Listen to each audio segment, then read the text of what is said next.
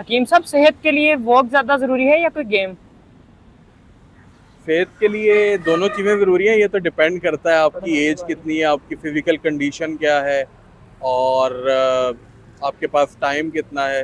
तो उसके हिसाब से फिर मतलब मैं प्रेफर करता हूँ गेम को। गेम में ना बेसिकली आपके समझे कि सिर्फ बॉडी नहीं इन्वॉल्व हो रही होती, बल्कि आपके साथ जो है वो आपका माइंड भी, ब्रेन भी जो है वो भी इन्वॉल्व हो रहा होता है, आपकी कैलकुलेशन होती हैं।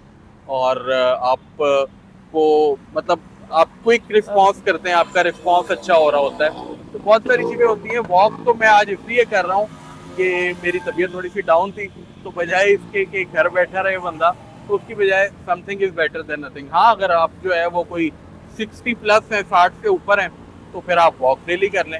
मतलब बेसिकली वो कहा जाता है ना, हरकत में बरकत।